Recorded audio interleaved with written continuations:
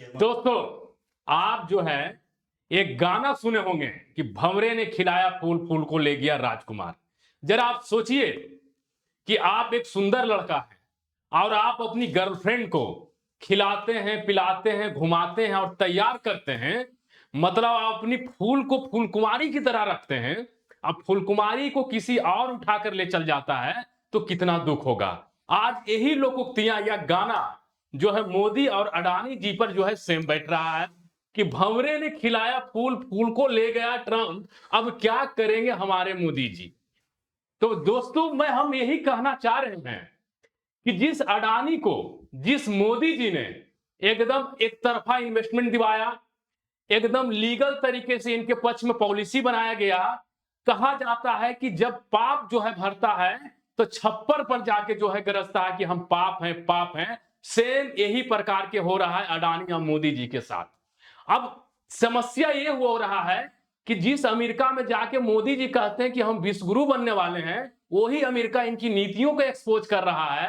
आप कह रहा है कि अडानी के पक्ष में तुम नीति बनाते हो और अमेरिका से लेकर भारत के अधिकारी को भ्रष्टाचार में पैसा देते हो। मतलब देखा जाए तो अभी जो है सबसे बड़ा नाम वैश्विक स्तर पे है। अब पूरी मीडिया अमेरिका का खोज रहा है कि अडानी है कहां।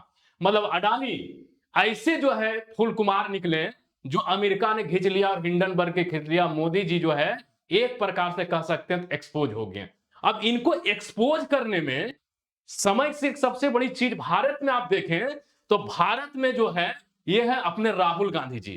राहुल गांधी ले देकर पूरा के पूरा जो है एकदम प्रेस कॉन्फ्रेंस कर रहे हैं कि अरे भाई अडानी अडानी अडानी अडानी, हम चिल्ला रहे हैं। तो भाजपा वाला कह रहे हैं कि तुम्हें अडानी फोबिया हो गया। लेकिन जिस प्रकार से भारत में नीति बन रही देखा जाए तो आप इसको कह सकते हो लीगल भ्रष्टाचार के रूप में। तो भैया लीगल भ्रष्टाचार ऐसा क्यों देखा गया?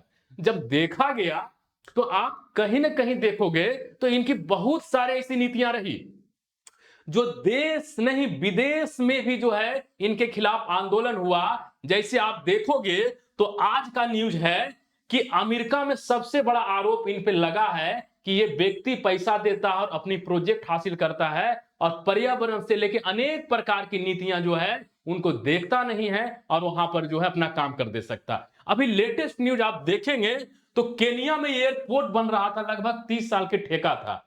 इस ठेका को हासिल करने के लिए बताया जाता है कि केन्या की सरकार को बहुत ज्यादा पैसा खिलाकर और यहां के कर्मचारियों को बेरोजगारी की स्थिति पर पहुंचा दिया था। अब ऐसी हैक्टिक स्थिति बनी केन्या में कि वहां आंदोलन होने वाला था और आज जो है ये आंदोलन को पूरी तरीके से रद्द कर दिया गया। रद्द करने के बाद इनकी प्रोजेक्ट भी खतरे में आ गया।